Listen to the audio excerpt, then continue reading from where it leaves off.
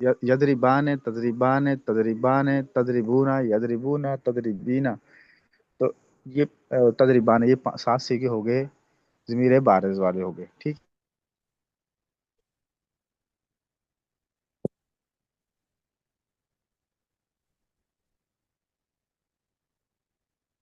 حضرت یہ بارش کیا ہے، اس کا کیا میننگ ہے، ترجمہ کیا ہے؟ بارش واضح کو کہتے ہیں، ایسا ضمیر جو واضح ہو. ہاں جی، کیا پوچھے ہیں جی؟ بارش حضرت، یہ بارش کا مطلب کیا ہوگا، یہ پوچھ رہا ہوں۔ ہاں بارز. جی بتاؤ، بارز کا مطلب ساتھی نے بتایا تھا پہلے بھی، سر جو پچھلے سوال میں. ظاہر واضح ہو، ظاہر ایسا ضمیر جو واضح ہو. ظاہر ظاہر. ظاہر ہو جی.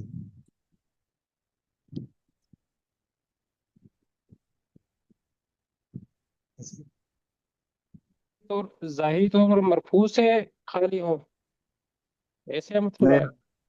نہیں نہیں. جی اسامہ آپ بتاؤ، ضمیر بارز کس کس کو کہتے ہیں؟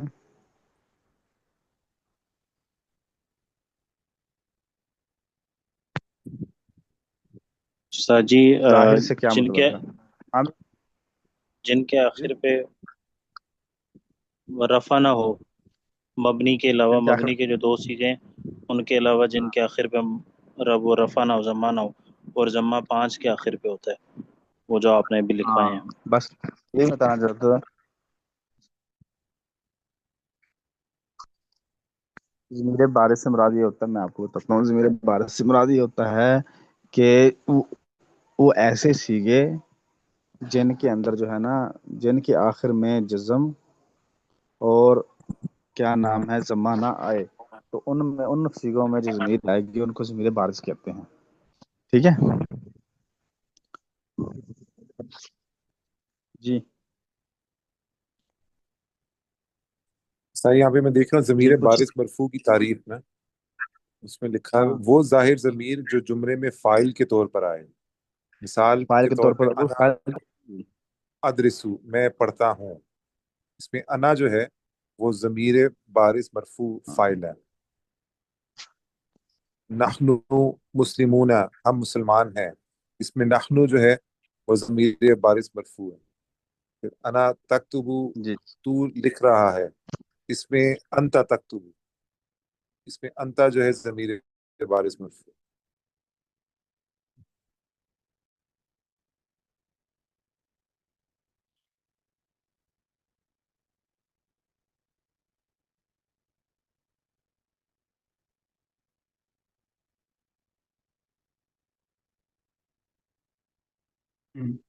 حضرت ہم نے جو پڑھا ہے کہ ضمیر بارز مرفوع سے خالی ہو، یہ ہم نے 7 سیغے پڑھ لی ہیں، تو ان کا کیا ہوگا پھر؟ ان کی کوئی مثال بھی دینا کہ ان کا رفع ضمہ کے ساتھ ہوگا، نصب فتح کے ساتھ، اور جزم سکون کے ساتھ ہوگا.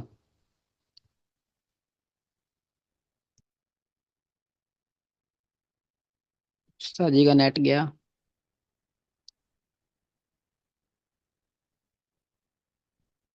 میں نے کہا نیٹ میرا چل رہا ہے. میں یہ عرض کر رہا ہوں، انہوں نے کہا کہ فعل مضارع کے اعراب. ٹھیک ہے، یہاں ہم فعل مضارع کے اعراب کی بات کر رہے ہیں. یہ جو مثال کے طور پر انہوں نے جو بارز ضمیریں بتائی ہیں، مثال ان کی ضمیریں جو ہے نا وہ جو ہے نا یضربان تضربان تضربان یضربون تضربون. ٹھیک ہے، تو ان کے اندر جو ضمیریں آئیں گی وہی فاعل بن رہی ہوں گی. ٹھیک ہے، صرف یہاں یہ بتانا مقصود ہے کہ ان کے اندر جو ضمیریں آ رہی ہوں گی وہی فاعل بن رہی ہوں گی. ٹھیک ہے، اور یہاں اصل مقصود جو ہے نا وہ فعل مضارع کے اعراب بتانا ہے. ضمیر سے یہاں بحث نہیں ہے، یہاں فعل مضارع کے اعراب بتانے ہیں کہ فعل مضارع کے اعراب 3 ہیں: پہ ضمہ یا رفع یعنی، اور نصب یعنی زبر، اور جزم. ضمیر سے یہاں بحث نہیں ہو رہی بیٹا. جی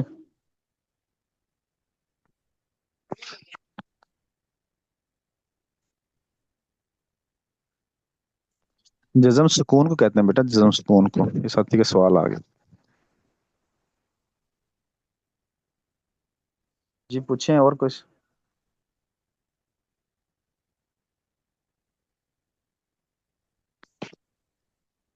جی اچھا اسامہ بیٹا وہ کتاب نکالیں، وہ جو والی، جی جو کیا استاد جی. نام، علم نحو والی، اس کا ایک صفحے کا تکرار کر لیں پیچھے سے تاکہ وہ ریویژن ہو جائے۔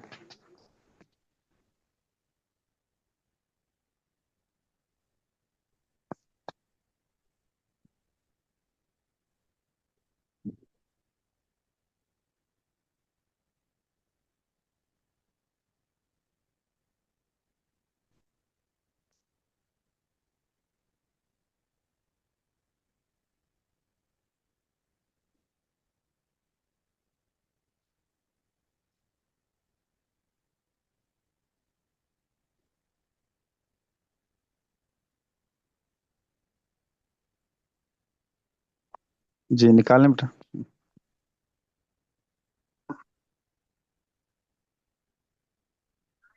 کون سا صفحہ استاد جی؟ آگے چلیں میں بتاتا ہوں۔ ہاں جی یہیں سے شروع کریں، یہیں سے شروع کرتے تاکہ شروع سے سمجھ آ جائے آپ حضرات کو کم یہیں سے پہلے صفحے سے۔ چلیے یہیں سے کر لیں، یہیں سے۔ یہ عثمان علی، عثمان علی پڑھے ہیں بیٹا، عثمان علی۔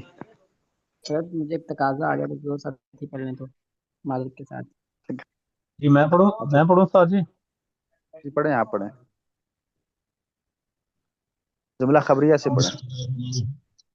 جملہ خبریہ اس جملہ کو کہتے ہیں جس کے کہنے والے کو سچا یا جھوٹا کہہ سکیں۔ اس جی کی دو قسمیں ہیں، نمبر ایک جملہ اسمیہ، نمبر دو جملہ فعلیہ۔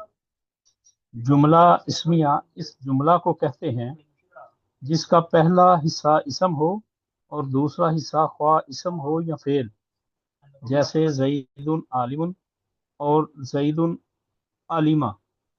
ان میں سے ہر ایک جملہ اسمیہ خبریہ ہے اور ان کا پہلا حصہ مسند الیہ ہے جس کو مبتدا کہتے ہیں، دوسرا حصہ مسند ہے جس کو خبر کہتے ہیں۔ جملہ اسمیہ خبریہ کے معنوں میں ہے ہوں، ہو، آتا ہے۔ بس کریں، بس کریں۔ جملہ اسمیہ اچھا یہاں خبریہ کے معنوں میں عثمان صاحب، ہے ہوں۔ عثمان صاحب عثمان جی صاحب رکیں۔ میں نے کہا یہاں تک آپ نے پڑھا ہے تو اس میں غور سے سن لیں کہ ہم پڑھ رہے ہیں جملہ خبریہ۔ جملہ خبریہ اس جملے کو کہتے ہیں کہ جس کے کہنے والے کو سچ اور جھوٹا کہہ سکیں، ٹھیک ہے۔ اب پھر انہوں نے آگے اس کی جو ہے نا دو کیٹیگریاں بیان کی ہیں، ایک ہے جملہ اسمیہ۔ جملہ خبریہ کی دو قسمیں ہیں، جملہ اسمیہ اور خبریہ۔ جملہ اسمیہ جس کا پہلا جز اسم ہو، جملہ فعلیہ جس کا پہلا جز فعل ہو۔ جیسے مثال کے طور پر جملہ اسمیہ اس جملے کو کہتے ہیں جس کا پہلا جو حصہ اسم ہو اور دوسرا حصہ چاہے اسم ہو چاہے وہ کیا ہو فعل ہو، اس سے کوئی سروکار نہیں، پہلے حصے سروکار ہے، ٹھیک ہے۔ جیسے مثال کے طور پر انہوں نے دیا زید عالم یا زید عالمہ۔ اب زید عالم میں جو ہے نا زید مبتدا ہے اور عالم اس کی خبر ہے، زید بھی اسم ہے اور عالم بھی اسم ہے۔ زید، اگلی مثال ہے زید عالمہ، زید اسم ہے اور عالمہ فعل ہے۔ تو یہ انہوں نے دونوں ہمیں مثالیں دے دیں، اسم والی بھی مثال ہمیں بتا دی اور عالمہ فعل والی بھی مثال بتا دی، ٹھیک ہے۔ زید مبتدا، عالمہ خبر، مبتدا اپنی خبر کے ساتھ مل کر جملہ اسمیہ خبریہ ہوا۔ زید مبتدا، عالمہ فعل، ہوا ضمیر اس کا فاعل جو زید کی طرف لوٹ رہی ہے، عالمہ فعل اپنے فاعل کے ساتھ مل کر جملہ فعلیہ خبریہ ہو کر زید مبتدا کی خبر، زید مبتدا اپنی خبر کے ساتھ مل کر جملہ اسمیہ خبریہ ہوا، ٹھیک ہے۔ تو اب مبتدا جس ہوتا ہے نا اس کو اسم ہوتا ہے ہمیشہ، اور اس کو ہم مسند الیہ بھی کہہ سکتے ہیں۔ ایسے جو خبر ہوتی ہے وہ مسند ہوتی ہے۔ آگے پڑھیں جملہ فعلیہ سے عثمانی صاحب۔ جملہ فعلیہ وہ جملہ ہے کہ اس کا پہلا حصہ فعل اور دوسرا حصہ فاعل ہو، جیسے علامہ زید، سامی بکرن۔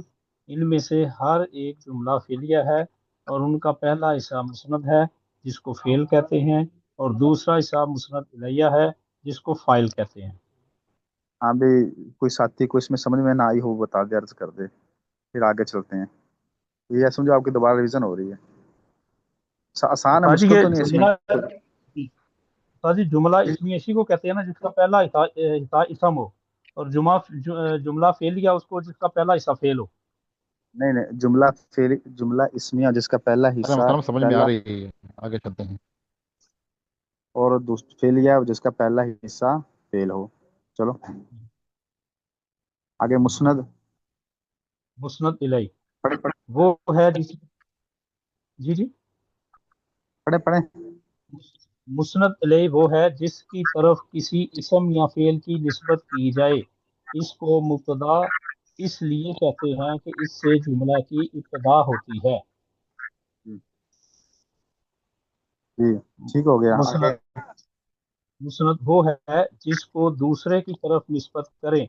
اس کو خبر اس لیے کہتے ہیں کہ یہ پہلے اسم کے حال کی خبر دیتا ہے. اس چلو میں ماشاء اللہ سمجھ آ رہی ہے جی ساتھیوں. جی اسم آگے چلے. اس مسند اور مسند. مسند اور مسند الیہ دونوں ہو سکتا ہے، جیسے زید عالم، کہ اس میں زید اور عالم دونوں اسم ہیں اور عالم کی نسبت زید کی طرف ہو رہی ہے، اس لیے زید مسند الیہ اور عالم مسند ہوا. فعل مسند ہونا فعل مسند ہوتا ہے، مسند الیہ نہیں ہو سکتا، جیسے زید عالمہ اور عالمہ زید. ان دونوں جملوں میں عالمہ کی نسبت زید کی طرف ہو رہی ہے، اس لیے عالمہ مسند ہوا اور زید مسند الیہ.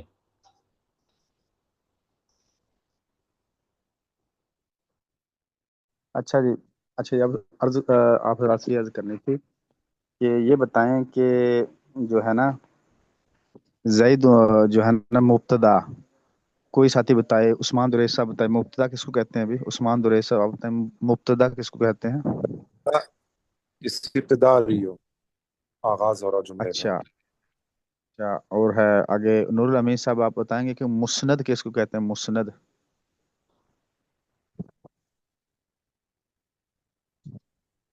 نور الامین صاحب میری آواز آ رہی ہے آپ کو. مسند.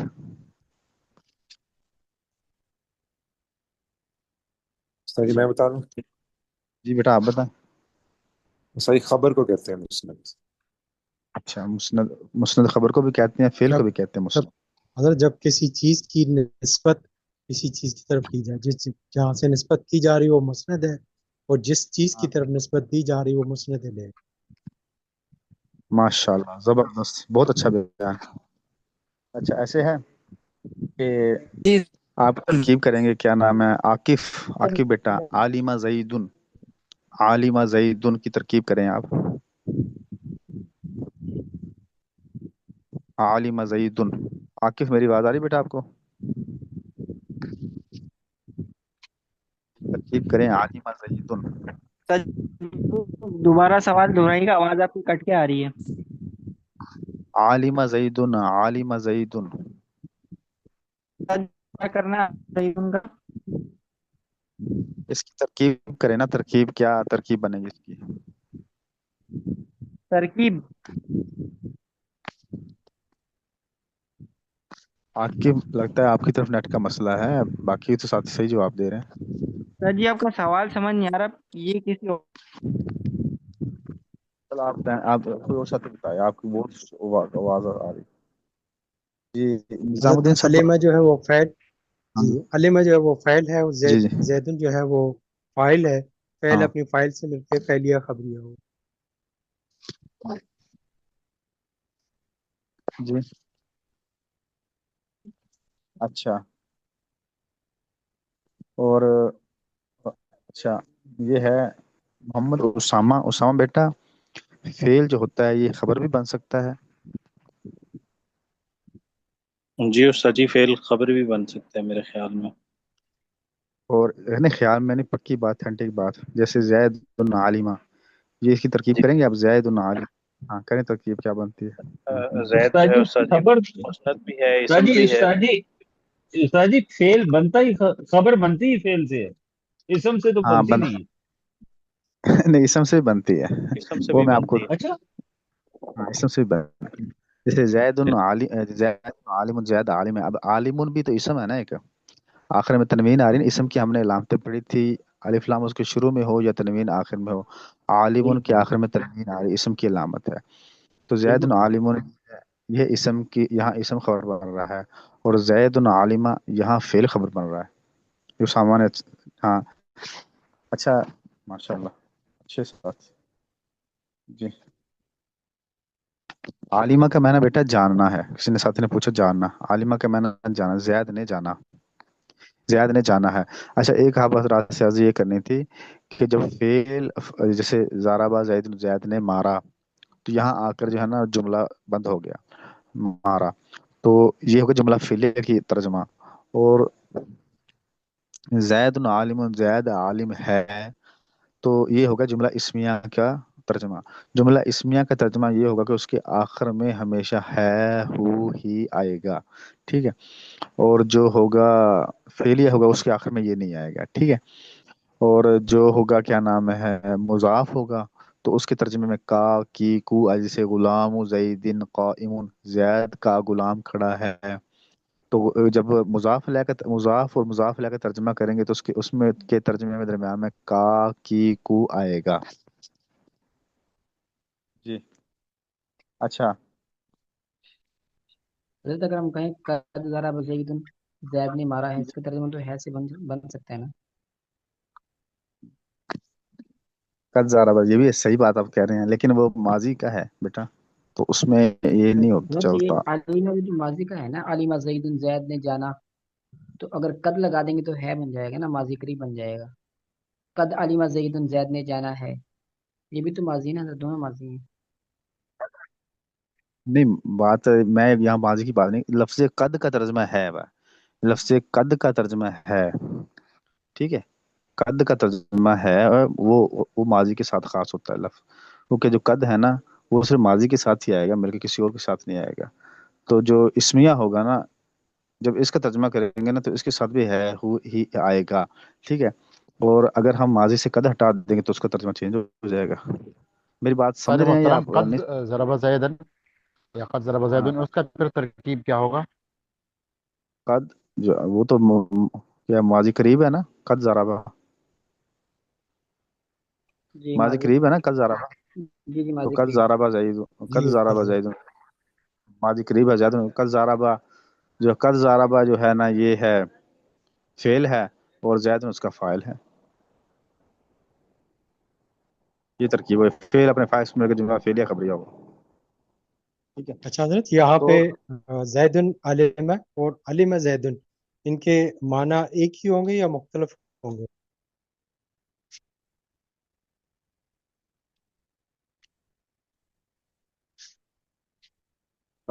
نظام الدین دوبارہ سوال کریں آپ. حضرت یہاں پہ زیدن علم ہے کہ زید نے جانا، اور ہم نے اس کی جب آگے پیچھے ان کو کر دیا کہ مسند لے کو آگے کر دیا، تو علم زیدن، تو یہاں پہ بھی معنی وہی رہیں گی یا جانا زید، نہیں، زید نے جہاں پہ جملہ ادھورا رہے گا؟ جب فعل پہلے آ جائے اسم سے تو اس وقت جو ہے نا جی. ہم ترجمہ کریں گے کہ زید نے جانا. اور جب فعل آ جائے زید کے بعد، زید عالمہ، زید نے جانا ہے، اس وقت ہے ترجمہ آئے گا. یہ جو عثمان علی کا جو سوال ہے نا، یہ جی. ہے ہو ہی، یہ صرف ماضی قریب کے ساتھ خاص ہے، باقی ماضیوں میں نہیں آتا، باقی جی. فعل میں نہیں آئے گا، باقی کسی فعل میں بھی ہے نہیں آئے گا. لیکن جو ہے نا ہے اس جملہ اسمیہ میں ہے، یہ ہر جملہ اسمیہ میں آئے گا. ٹھیک ہے. ٹھیک ہے. میں آپ کو مثال دیتا ہوں. اچھا استاد جی، جیسے زارا بات. جی جی. استاد جی یہ جو فکرہ ہوتا ہے، اس میں ہاں جی. اس میں معرفہ سے شروعات ہوتی ہیں، فعل سے ہوتی ہیں، فعل سے بھی ہوتی ہیں. جی فعل سے بھی ہوتی ہے. جیسے زارا با زید، زید نے مارا، تو فعل سے ابتدا ہوگی نا فکرے کی، زید نے مارا ہے. جی جی، فعل سے شروع ہو گیا.